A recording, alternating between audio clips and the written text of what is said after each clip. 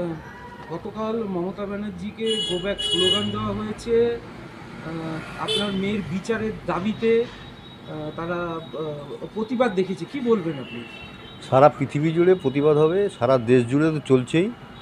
এবং একটা কথা ওনাকে আমি স্মরণ করিয়ে দিতে পারি, যতদিন বিচার না দেবেন ততদিন ওনার নিস্তার নেই। এই ঘটনা, আমার মেয়ের মৃত্যুর ঘটনা, ওনাকে যেখানে যাবেন ওনাকে তাড়া করবে।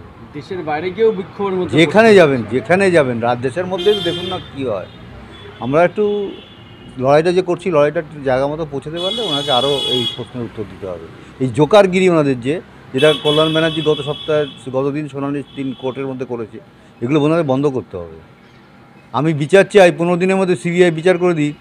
মুখে বলছেন, আজকে বলছেন আমরা কি জজ সাহেব কি ফার্দার ইনভেস্টিগেশনের অর্ডার দিতে পারেন, যেখানে ট্রায়াল শেষ হয়ে গেছে। এই সমস্ত কথা চলবে না, এই সমস্ত মানুষ সব বুঝে গেছে এখন। বিক্ষোভ কারা করলেন কিছু জান? বাঙালিরা, বাঙালিদের যিনি উনি আগেই বলেছিলেন দেশের খেয়ে দেশের পড়াশোনা করে গিয়ে বিদেশে গিয়ে দেশের বদনাম করছে, তারাই করেছে। তারা সুযোগ পেয়েছে, ছেড়ে দিয়ে দিয়েছে। আগেই আভাস পাওয়া গেছিল যে দেশ জুড়ে আপনার মেয়ের বিচারের দাবিতে সারা দেশ জুড়ে, সারা পৃথিবী জুড়ে, পৃথিবীর লোক আমার সঙ্গে আছে। সেটা কালকে প্রতিফলন দেখা গেল যে হ্যাঁ, এখনও আছে।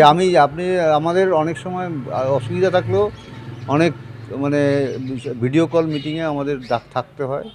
অনেকেই করে কনফারেন্স কলে আমাদের নিয়ে বিভিন্ন দেশের 136টা দেশের প্রতিনিধি সোমবার দিন আমাদের সঙ্গে মিটিং করেছে, এবং সেখানে আমাদের বক্তব্য সবাই শোনে, এবং কী ঘটনা ঘটেছিল এবং আমার মেয়ের কীভাবে বড় হয়েছিল এই সমস্ত ঘটনায় আলোচনা হয়।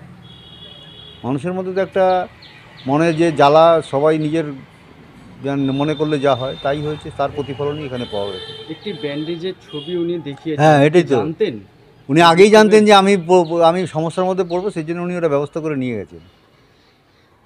এই সমস্ত জোকারগিরি আর চালিয়ে মানুষকে ভোলানো যাবে না।